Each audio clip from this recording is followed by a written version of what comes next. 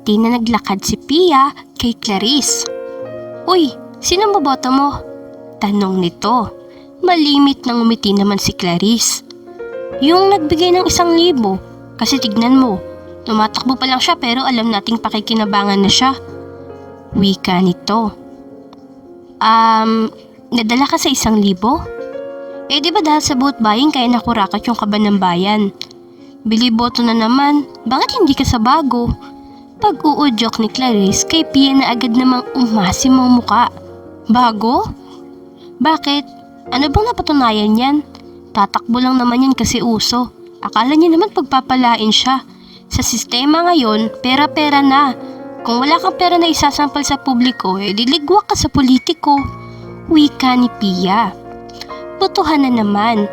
Uso na naman yung nag-aabot ng bayad. Yung bibilhin yung boto kahit na alam naman nating bawal. Sabi nga nila, masarap ang bawal. Kahit na karamihan alam nilang kukuriputin lang sila ng lumang tumatakbo. Kaysa naman sa luma, yung nahalal dati ano bang nangyari? Di ba yung ayuda na 15K kada tao naging 5,000? Dito sa bago, malay mo nasa kanya yung pag-asa. Malay mo, nasa bago na yung pagbabago. Wika ni Clarice kay Pia na tumawa naman at sinabing naluloka na siya. Maganda ang plataporma ng dating nahalal. Malamang alam na nun yung kiliti ng karamihan. Perang pangako. SK Ed, sigurado ka na bang tatakbo ka? Oo nga at may budget na binigay sa inyong tatakbo pero alam nating mahirap pantayin yung pagbili ng boto dahil si Kagawad Poncio maraming pera. Maraming naibulsa. Paliwanag na kaibigan ni Ed na si Lucas. Agad namang tumayo si Ed sa pagkakaupo at tinapik ang balikat ng kaibigan. Bakit naman ako bibili ng boto kung kaya ka namang ipakita sa lahat na totoo akong tao? Proud na wika naman ni Ed sa kaibigan. Agad lamang na umiling ang kaibigan at sinabing, "Puso mo yung papairalin? Gagawa ka ng kabutihan para sa bayan?" Ed naman, alam mo sa ganitong industriya, talo ka kapag nagpakampante ka. Well, actually tama ka naman, Ed. Sige tama ka pero hindi ako nagpakampante. Ipapakita ko na hindi magandang plataporma lang at pangako ang mabibigay ko. Diba actions speak louder than words? Dilagyan natin ng aksyon. Umpisahan natin sa paggawa ng mabuti. Wika ni Ed sa kanyang kaibigan. Paggawa ng mabuti?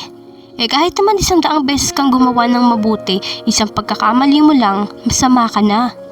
Hindi nagpakampante si Ed dahil kinabukasan din ay agad siyang kumilos. Pamigay ng relief goods sa mga nasalanta ng bagyo, mga pailaw na pwedeng magsilbing liwanag sa lugar na hindi abot ng kuryente. Pagpapatayo ng mga esensyal na bagay at ang pagbibigay scholar sa kabataan, ngunit mukhang kailangan ng mga elam ng congressman. Si Poncio, dahil hindi ito papayag na manalo si Ed. "Kamusta kong?" Mabait ng miti lang ang congressman kay Ed. "Hindi mabuti." Wika nito at agad na kunyelyuhan si Ed at inilapit sa pader. "Ano ba talagang gusto mo? Kung kukurakutin mo lang din naman yung pera, hayaan mo kung manalo at aabutan kita." Wika ng congressman kay Ed. Hindi ako tumatakbo para mangurakot. Gusto kong ibigay sa publiko yung totoong serbisyo. Makuha nila yung dapat naman talaga sa kanila." "Kalokohan.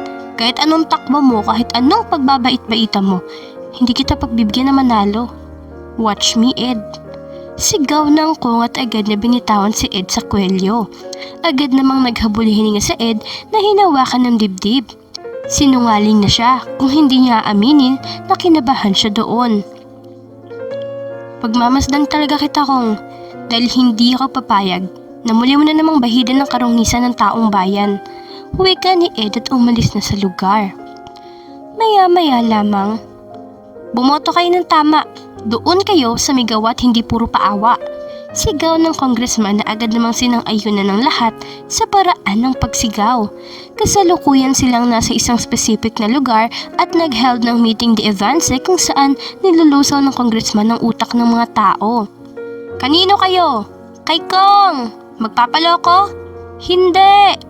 Palitan na sigawan ng congressman at ng mga taong kanyang nasasakupan. Habang sa kabilang banda naman ay si Ed na tumatakbong SK at binibigyang aliw ang mga tao. SK, maraming salamat sa tulong na binigay nyo. Nakalabas na yung aking anak. SK, graduate na ako. Maraming nagsasabi na huwag ng SK ang itakbo ni Ed dahil mas bagay siyang maging kagawad o congressman. Well, actually marami naman siyang tinatakbuhan. Ngunit si Ed na rin mismo ang nagsabi na kung saan siya ilulugar ay doon siya dahil wala sa kanya ang desisyon kundi sa itaas. Nasa bago ang pagbabago. Mananatiling tapat sa paglilingkod at hindi mapapagod na makinig sa taong bayan.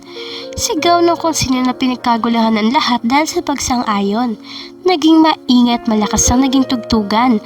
Napakaraming tawang nanonood sa kaganapan na halos hindi na mahulugan ng sinulid. At 2 buwan nga lamang ang nakalipas, nagkaroon ng long weekend ang bawat estudyante, from grade school to high school. Sa college naman, normal day dahil weekend din naman ang na-held na kaganapan. Bawal ang cellphone o kahit anong gadget, lapis lamang upang bilugan yung balota. Wika na kung sino bago papasukin ng mga tao sa voting room. Sa isang banda, sa bahay kung nasaan ang congressman na nakaupo at sumisimsim ng kape. Kamusta ang pagkikita niyo, Kong? Tanong ng assistant niya. Agad namang tinapon ng congressman ang sigarilyo sa kung saan at malakas na hinampas ang lamesa. Kamakailan lang kasi noong nakita sila ni Ed at hindi niya nagustuhan ng pangyayari. Talagang sinusubukan niya ako. Ang lakas ng loob niyang kantiin ako. Papakita ko sa kanyang organisasyon na pinaghirapan ko. Bukas na bukas, dakpin niyo siya at huwag niyong tirhan ng hininga. Utos ni Fonsyo. Sa kabilang banda naman ay si Ed na nakaharap sa computer at kinukuha mga related issues sa congressman kung saan pinapatunayan ng kanyang kakurakutan. Ed, nasaan ka? Humahangos na dumating ang kaibigan niya at agad na sinabi ang nalaman. Siya kasi yung mismong sekretary ni Ponsyo pero hindi yun alam ni Ponsyo. Kaya mo ba akong kidnapin?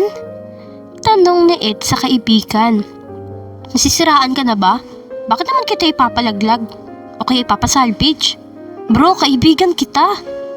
Agad namang umiti si Ed at umiling. Tsaka sinabi ang plano na kung saan ay magpapakidnap siya at papalabisin na nasa bingit na siya ng kamatayan. At agad naman ngang sumapit na ang kinabukasan. Naghihintay na lamang si Ed na tununggan ng kaibigan. Noong natatanaw na niya ang kotse ni Ponsyo na masayang nakatanaw sa malayo ay naglakad na si Ed na parang wala lang. Doon naman agad na sumulpot si Ponsyo at ang sasakyan nito kasama sa loob ang kaibigan. Kunyaring may pabango na nakakaantok ang bimpo at umaktong nakatulog si Ed. Sinabihan kong huwag akong kakalabanin. Mukhang katapusan mo na, Ed. Goodbye. Dalian nyo. Uuwi na ako at mamaya bigyan nyo ako ng magandang balita. Utos ni Ponsyo na agad din namang sinunod. Pagkalipas sa isang block kung saan hindi natanaw ng kotse nila ang kotseng nilipatan ni Ponsyo ay agad na lumabas si Ed at nakipag-appear sa kaibigan. Ang tropa naman nila na nakisali ay agad na nilagyan ng makeup si Ed para kunwaring binugbog at wala ng buhay. Ay, napakasaya talaga mabuhay. Bukas na bukas. Nasa akin na agad ang trono. Ay, napakaswerte ko.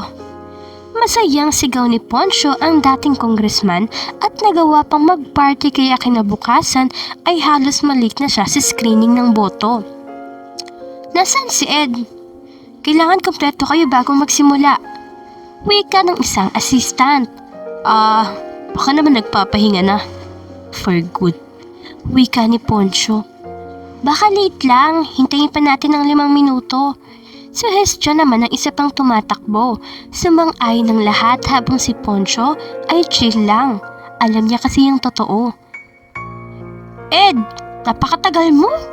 Napakamot naman si Ed sa ulo sa hiya pero agad din naman siyang tinawanan ng mga tao. Walang Ed na darating, kalokohan. Wika ni Ponsyo sa sarili. Walang Ed? Nandito ako. Surprise! Wika ni Ed kay Poncho na bahagya pang napaurong sa upuan. Gulat na gulat ang mukha nito dahil sa hindi makapaniwala sa nakikita. Paano? Miracle siguro. Bakit? May kinalaman ka ba kung sakaling hindi ako dumating? Paano ba yan? Pinagpala na ako masyado. Agad na tumahimik si Poncho at nanatili sa upuan habang tense na tense. Kitang-kita niya kasi ang video sa sinilid ni Ed sa sako nang wala ng buhay at hinagi sa bangin. Si Ed naman ay nasa isang silid kasamang congressman at ang iba pang mga kawani sa lugar. Naghihintay ng resulta sa TV screen kung saan nakikita ang bawat pagtaas ng numero katabi ng kanilang litrato. May sa demonyo ka talaga, no? Pagbulong ng congressman kay Ed at agad naman na napatingin si Ed at ngumiti. Dalawa kasi ang tinatakbuhan nilang posisyon at tatlo silang naglalaban-laban. Wala namang kaso sa congressman ang isang tumatakbo, kay Ed lamang siya nang gagalaite. Pagkaraan ng ilang minuto, pinatay na ang TV screen para sa final screening at malaman na ang resulta. Okay, nanalo bilang kagawad? Ignacio. Sigaw ng nakaatas na maglabas ng resulta. Agad namang nagdiwang ang dating congressman na napapasuntok pa sa hangin. Nanalo ang ibang panig at nasisigurado siyang sa congressman ay siya ang mananalo. At alam niya ding ligwak na si Ed. Sinasabi ko sa'yo, hindi ka mananalo Ed, hindi tanga ang taong bayan. Masayang wika ni Poncho kay Ed na natigilan naman. Oo nga at may posisyon pang isang natitira para congressman at nasisigurado na agad ni Poncho na siya ang tatawagin. Habang si Ed naman ay hindi nawala ng pag-asa. Masaya naman ako kung ano ang magiging resulta. Wika ni Ed. Maging masaya ka talaga dahil alam nating talunan ka. Wika muli ni Poncho na maaga masyadong nagdiwang. Para congressman. Ed. Muling anunsyo na nagpatigil at tanggal ng ngiti sa labi ni Poncho. Ano? Sining congressman? Nasisiraan na ba kayo ng ulo? Ako dapat ang congressman at wala nang iba. Ikaw, di ba pinayaran kita para manalo ako? Sigaw nito sa mga taong nagulantang sa ugaling pinakita niya.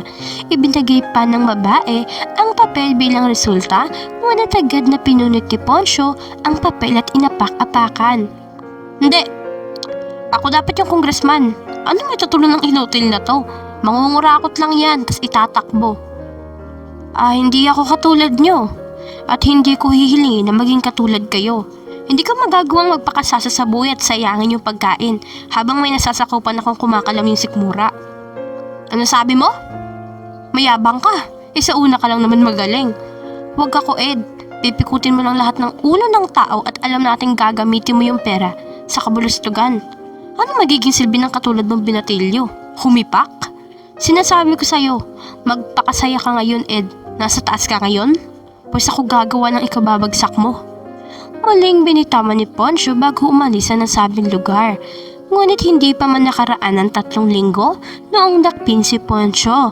Lumabas na kasi ang mga may kasalanan nitong nagawa.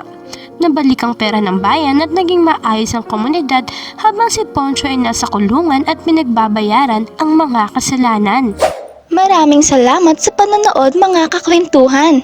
Huwag kakalimutang mag-subscribe at pindutin ang notification bell para lagi kayong updated sa ating mga bagong istoryang mapupulutan ng aral at inspirasyon sa buhay. Hanggang sa susunod nating istorya mga kakwentuhan.